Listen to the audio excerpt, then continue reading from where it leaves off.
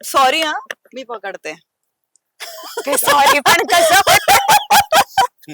अजूनही किती आम्ही अजून? अजूनही आम्ही आता 17 वर्षांचा भेटून सुद्धा हाय आलास का इतकं खोटं आम्ही एकमेकांशी खोटं बोलू खरंच शकत नाही. नाही. कारण आम्ही बघितलंय आलास असंच होतं पहिल्यांदा. रिमझिम मध्ये आमचा काही फार ट्रॅक नव्हता एकत्र.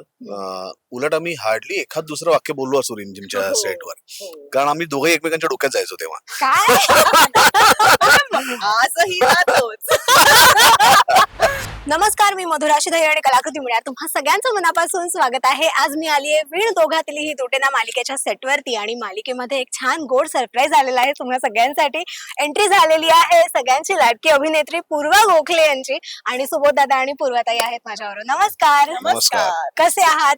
मस्त, मी मस्त आहे. तुम्ही सगळे कसे आहात? खूप छान. आणि मी जसा उल्लेख केला की गोड सरप्राईज मिळालेला आहे, इतकं छान वाटलं ताई की अरे, इतक्या thank you. वर्षानंतर झी वरती पुन्हा एकदा तू येतेस. Thank you so आणि much. येस, मला मालिकेबद्दल तर बोलायचंच आहे, पण शूटिंग कसं चालू आहे? कारण का इतकं आता सध्या क्लायमेट इतकं गरम होत आहे आणि हो. त्या ह्याच्यात तुम्ही सगळेजण इथं शूट करताय दिवसभर. किती एन्जॉय करतेस आता झी वरचं शूट पुन्हा खूप एकदा? एन्जॉय करते.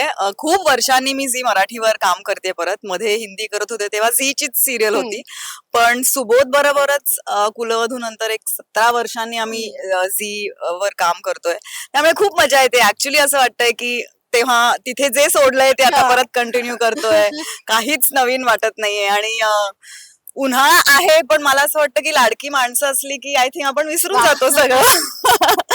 आणि इनफॅक्ट म्हणजे आपण मगाशी मेन्शन नाही केलं पण चंदू पण तेव्हा आमचे जे चंदू पण डिरेक्टर होता. आहेत हा. ते सुद्धा तेव्हा असिस्टंट होते. हा. त्यामुळे खूपशी अशी आहेत इथे टीम मेंबर्स खूपसे आहेत जे तेव्हाही होते. सो खूप मजा येते. किती छान. आणि मला वाटतं 2006 ला वगैरे आली होती ना कुलवधू? 2008, 9, 8, 10 ला मला वाटतं बंद झाली साधारण हा. 10च्या सुरुवातीला. सो या बापरे 16 वर्ष 16 झाली. वर्ष. आणि तेव्हा तुम्ही सगळेच जण नवीन होतात आणि आता इतक्या वर्षानंतर आज तुम्ही सगळेच जण आपापल्या आयुष्यात करिअरच्या प्रत्येक टप्प्यावर खूप उंची गाठलेली आहे. आणि आता एकमेकांबद्दल काय सांगायला आवडेल की तेव्हाचे तुम्ही कट्टू आता इतक्या वर्षानंतर जेव्हा तुम्ही एकमेकांचं काम बघताय किंवा बघताय की आता करिअर मध्ये एक एक टप्पे गाठलेले आहेत तेव्हाचे तुम्ही? ऍक्च्युली 2010 हे खूप नंतरच सांगतेस तू. आम्ही पहिली मालिका एकत्र केली ती 2001 मध्ये हा. रिमझिम. माझी पहिली मालिका होती. सुबोध त्याआधी खूप काम. नाही माझी दुसरी तिसरी होती. हो का? Just me started in 2000. अच्छा, ओके. सो माझ्यासाठी ती तेव्हा पहिली होती. सो हा. 25 वर्ष झाली जवळजवळ. आय थिंक तुलाही 25 वर्ष झाली. सो पण तेव्हा सुबोध माझ्या ऑपोजिट नव्हता. कुलवधू नंतर जास्त आम्ही एकत्र काम केलं कुलवधू मध्ये. हा. पण मला खरंच खूप छान वाटतंय की कुलवधू नंतर सुबोधचा प्रवास इतका सुंदर आहे आणि इतकी ग्रोथ आहे त्याच्या या प्रवासात की तो तेव्हा ऍक्टर होता, मग लेखक झाला, मग दिग्दर्शक झाला, मग प्रोड्युसर झाला. सो ही जी ग्रोथ असते ना ती खरंच व्हायला हवी आणि मला खूप मस्त वाटतंय, खूप छान वाटतंय. I am really proud of him. आणि सगळ्यांना ती अपॉर्च्युनिटी नाही मिळत, सगळ्यांमध्ये ते नसतं. ते त्यांनी करून दाखवलंय. खरंच खूप छान. दादा, I am proud of you. दादा तू काय सांगशील? पूर्वा पहिल्यापासून अत्यंत सिन्सिअर होती कामाच्या बाबतीत आणि कदाचित तिची आई पण अभिनेत्री आहे त्यामुळे आईचे संस्कार असतीलच 100%. आणि रिमझिम मध्ये आमचा काही फार ट्रॅक नव्हता एकत्र. उलट आम्ही हार्डली एखाद दुसरं वाक्य बोललो असू रिमझिमच्या हो. सेटवर. कारण आम्ही दोघे एकमेकांच्या डोक्यात जायचो तेव्हा. काय आजही ना तोच. पण आता बोलतो आम्ही. तसेच राहायचो. पण कुलवधू मध्ये एकतर तोपर्यंत तिचं लग्न झालं होतं.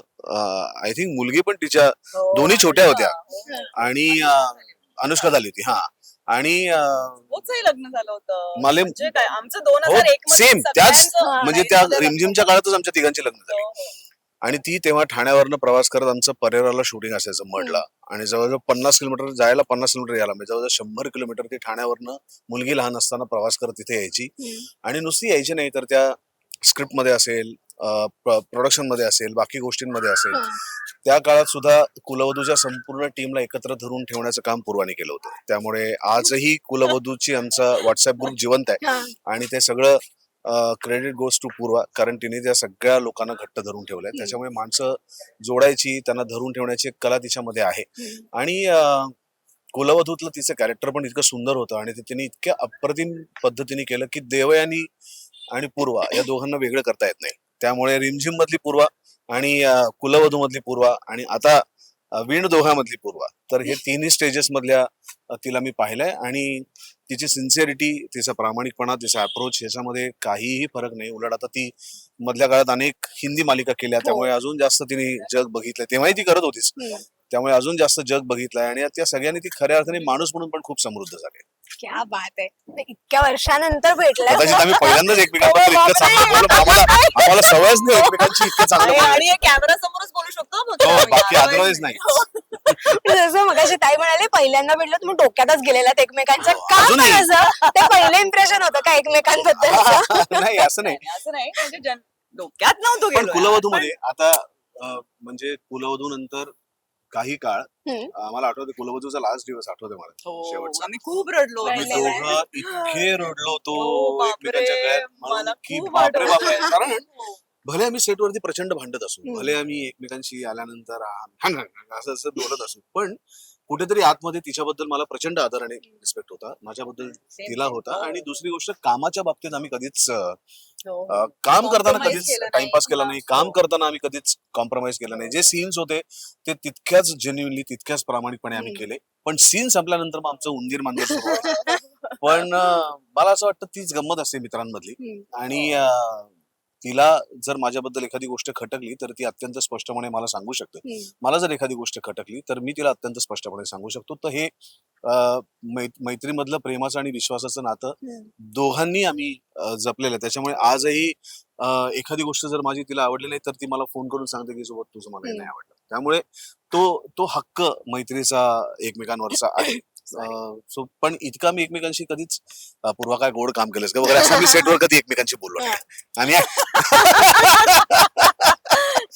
आज आता माहिती असतं की छान झालंय काम, किंवा Unsaid कुलवधूच्या आहे. वेळी सुद्धा की सीन्स इतके छान व्हायचे की आम्हाला दोघांनाही माहित असायचं की हा छान झाला, म्हणजे असं. त्यामुळे असं सांगण्याची कधी गरज नाही वाटली. इतक्या वर्ष आता एकमेकांना ओळखताय, भेटल्यानंतर आता असं काय वाटतं की हे एवढं सगळं बदल झाला, एवढं सगळे करिअरचे डबल, तरी ही गोष्ट अजूनही अशीच आहे ग तुझ्यात की हे बदललं नाहीये? ते असं मजेत म्हणतो ना, तू अजून अशीच आहेस किंवा तू अजून असाच आहेस. नाही, पण काहीच मी पण काहीच बदललं नाहीये, तेच 17 वर्षानंतर आम्हाला असं वाटत खरंच. नाही की आम्ही 17 वर्षानंतर, आम्हाला असं नाही नाही, वाटतं एखादी सवय असते ना, एक्स्ट्रा दिवस आहे. काहीतरी एखादी अशी सवय असते ना की हा बोलायची, किंवा एखादी स्वभावातली सवय, किंवा एखादा गुण असतो चांगला किंवा गमतीशीर काहीही. म्हणजे अजूनही हे आम्ही अजून- अजूनही आम्ही आता 17 वर्षांनंतर भेटून सुद्धा हाय आलास का, इतकं खोटं आम्ही एकमेकांशी खोटं बोलू खरंच शकत नाही. नाही. कारण आम्ही बघितलंय आलास असंच होतं पहिल्यांदा. हो, त्यामुळे म्हणजे ऍक्च्युली काहीच स्वभावात काहीच बदल नाही झालाय दोघांच्याही, आणि तसेच वागतोय अजूनही आम्ही. म्हणजे मला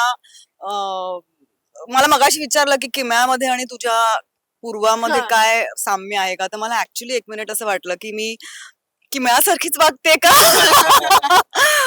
लहान झाल्यासारखी, म्हणजे त्या वेळची तशी की do I need to mature आणि थोडस डिसेंट वागायला हवं का. पण तसेच आहोत आम्ही अजूनही.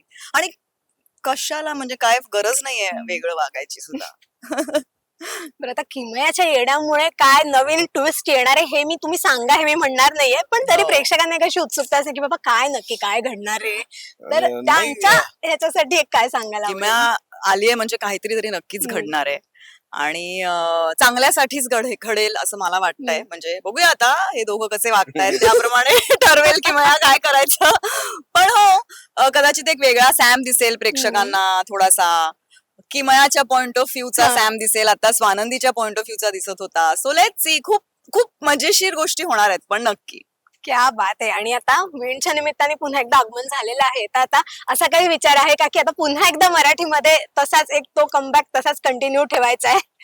सी, कमबॅक असं नाही, मला मराठी काय हिंदी काय जिथे चांगलं काम करायला मिळेल तिकडे मी करायला नक्कीच तयार असते. पण डेली सोप्सचं आपलं रुटीन इतकं हॉरेबल झालंय सध्या की सॉरी हा, मी पकडते. सॉरी, पण कसं कळलं ना कसे वागतो आम्ही एकमेकांशी. सो तसं काही म्हणजे हिंदी काय आणि मराठी काय मला दोन्हीकडे काम करायला आवडेल. सो एका वेळी एकच सिरियल चालू राहते, करू शकते मी. त्यामुळे जर मला चांगला मराठीमध्ये रोल मिळाला आणि आली ऑफर तर मी नक्की करीन. असं काही कमबॅक वगैरे काही नाहीये.